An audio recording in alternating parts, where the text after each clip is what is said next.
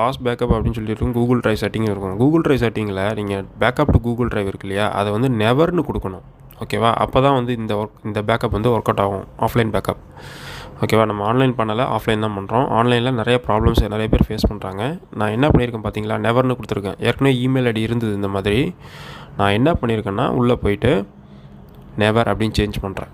Change பண்ணிட்ட உடனே அப்படியே விட்டுடக்கூடாது. நம்ம வந்து ஒன்ஸ் பேக்கப் பண்ணணும்.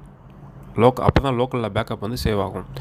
மேலே பாருங்கள், அந்த லாஸ்ட் பேக்கப் அப்படின்னு இருக்கு இல்லையா, அதில் வந்து அந்த ஒரு பட்டன் இருக்குது பேக்கப்னு சொல்லிட்டு. அதை கொடுக்கும்போது மேலே அந்த லோக்கல் எஸ்டர்டே 9:04 PM அப்படின்னு இருக்கு இல்லையா, அது வந்து லாஸ்ட்டாக பேக்கப் ஆனது.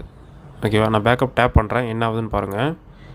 இது ஸ்டெப் 1ல் வந்து இது எல்லாமே நீங்கள் கண்டினியூவாக பண்ணணும். இதே ஆர்டரில் பண்ணுங்கள், எந்த ஆர்டரையும் சேஞ்ச் பண்ணிடாதீங்க. பேக்கப் கொடுக்குறேன்.